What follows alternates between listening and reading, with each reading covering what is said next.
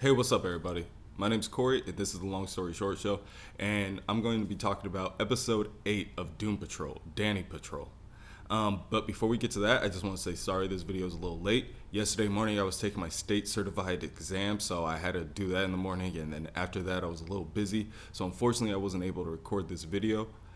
Also, we have a Crazy Jane Explained video. If you guys want to click on that, I'll leave a card right up here in the top, and I'll also put it in the description below. So that if you guys want to know about the comic origins of Crazy Jane, you can definitely click on that. But that's really all. Episode 8 is really about acceptance. There are a couple of different points and a couple of different characters that they really have to come to terms with who they are and where they are right now. So I guess I'll just go down the list. One of the biggest players in this episode was Danny Trainer, the old pilot that has the celestial spirit inside his body. It's very much in your face way of like being like, look, Danny, just say it. You're gay. You're a gay guy, Danny. And he gets sent to this place. Eventually, they wind up at this place called Danny the Street. And Danny the Street is quote unquote abducting people and putting them in this like hidden dimension where they're kind of just kicking it. They're drinking, they're at a bar, they're having a good time, singing, dancing, stuff like that.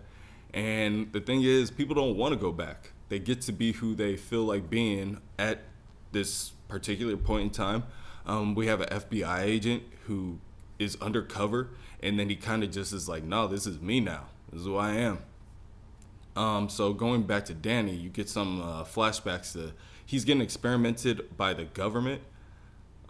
We didn't know that before. We did not know that when he came down that he got anything more than just hospitalized. We should have known that he got experimented on by the government because it's the government and that's kind of what they do. So he's also been on the run from them this whole time. So we're getting a little bit more into what exactly is Larry got going on and what is making him tick. One of the second most notable ones and the one who has the definitely they have like the exclamation point on the end of the episode is Crazy Jane. So Crazy Jane is in an emotional wreck. She's in a state right now where she doesn't know what's going on. Between what happened with her flashbacks of her dad in the episode where the puzzle pieces started flooding, between how she feels about Calder, between just what's going on with the Doom Patrol, she's not really receptive to anybody else's therapy sessions or anything that... Oh, also what Cliff did last episode, basically ran her out the house. When she gets to this point where she just can't take it anymore, another personality takes over. This personality is, I think, who she wishes she was. Somebody, a lady that's, a housewife who's like one of those cutesy girls who talks that certain type of way and who acts that certain type of way. And she's, in her mind, she's like, if I could be this, I could be happy. And that's evident with the love spells that she puts over her, who is it, Doug or something like that. So we are also seeing Crazy Jane crack slowly and slowly and slowly.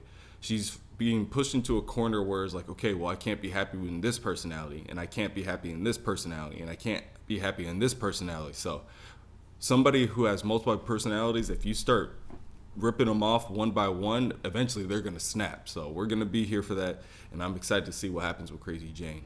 Rita definitely took the leadership role in this episode. She's the one that, after the last events of the D Creator, she's the one who, accepted herself for who she was. She's able to bring herself back by herself from like these sludge piles without any help of Calder and anything. So all she's doing now is paying it forward to other people, just like she did for Elliot. She's not really the best at it. She doesn't really have the most finesse at it, but when she does go for Crazy Jane, it is coming from a good spot where it's just like, come on, you gotta stop doing this. This ain't what Crazy Jane wants. Robot Man's still freaking out about her daughter, and he's kind of freaking out about everything that's going on with Crazy Jane, to the point where he's talking to the personality, and he's like, this isn't what Jane wants. And so he physically picks the girl up and like takes her out. And that's a big thing, Crazy Jane. If you're a guy, you can't just pick up a girl and like make them do what you want just because it's more convenient for you. Even if this is her alternate personality, you can't just do that, because and then the day, Crazy Jane isn't even her base personality. That's just the one you like the most and seen the most. So Robot Man's got a lesson to learn, and I think in the next episode he's going to be deep diving into the subconscious of Crazy Jane. Again, we got that video explained already. If you guys want to check that out, Curious Case of Crazy Jane. Let's see, we got Cyborg. They pull a lot of analogs with Cyborg and that guy who was inside Danny the Street, the head burlesque guy, the drag queen. So they did pull a lot of analogs with him and the drag queen when they were talking about Larry. So Larry is somebody who covers up who he is, somebody who does not accept who he is on the inside and hates who he is on the inside. And then they would show specific scenes of Cyborg and the drag queen talking to Larry in a way where it's just like, look, these people can't hide who they are. They don't have the choice. They have to show people who they are or else they're nothing. They just have to hide in a corner. So I think everybody in this episode's learned a lot of good lessons, and this is a very good episode. It was a really good episode.